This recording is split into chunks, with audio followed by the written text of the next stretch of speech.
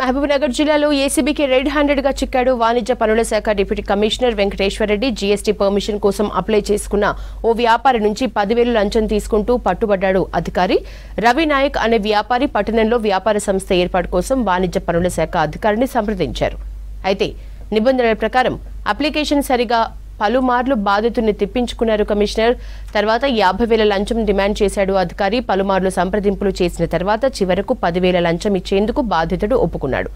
ఈ మధ్యలోనే ఏసీబీని సంప్రదించాడు బాధితుడు రవి నాయక్. దీంతో పక్కా చేశారు ఏసీబీ అధికారులు. వాణిజ్య పనుల శాఖ అధికారి కార్యాలయంలోనే వెంకటేశ్వరరెడ్డి డబ్బులు తీసుకుంటూ ఉండగా రెడ్ హ్యాండెడ్గా పట్టుకున్నామన్నారు ఏసీబీ డీఎస్పీ కృష్ణగౌడ్.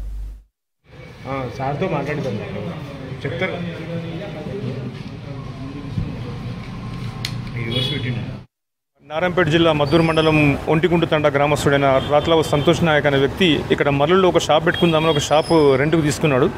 తర్వాత 17th ఆగస్టున ఈ జడ్చర్లకి వెళ్ళి ఒక సీఏ గారిని కలిసి జీఎస్టీ లైసెన్స్ కోసం ఆన్లైన్లో అప్లై చేసుకున్నాడు.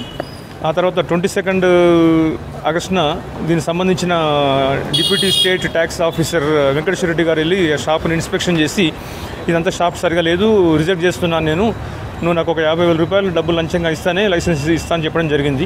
దాంతో అతను చాలా రిక్వెస్ట్ చేసుకుని లాస్ట్గా ఒక 10,000 వరకు సెటిల్ చేసుకున్నాడు. తర్వాత అతను వచ్చి మాకు ఏసీబీ ఆఫీసులో కంప్లైంట్ చేస్తే దానికి సంబంధించిన డబ్బులు ఈరోజు మార్నింగ్ రెడీ చేసుకుని వస్తే మార్నింగ్ 11 ప్రాంతంలో వచ్చి లోపలికి పంపిస్తే 11:20 ఆ ప్రాంతంలో డబ్బులు తీసుకోవడం జరిగింది. వెంటనే బయటికి మాకు వచ్చి సిగ్నల్ ఇస్తే మేము వెళ్ళి ఇమీడియట్గా అతను పట్టుకుని అతని దగ్గర నుంచి డబ్బులు స్వాధీనం చేసుకున్నాము. ఇన్వెస్టిగేషన్ నడుస్తుంది. రేపు స్పెషల్ కోర్టు ఏసీబీ నాంపల్లిలో ప్రొడ్యూస్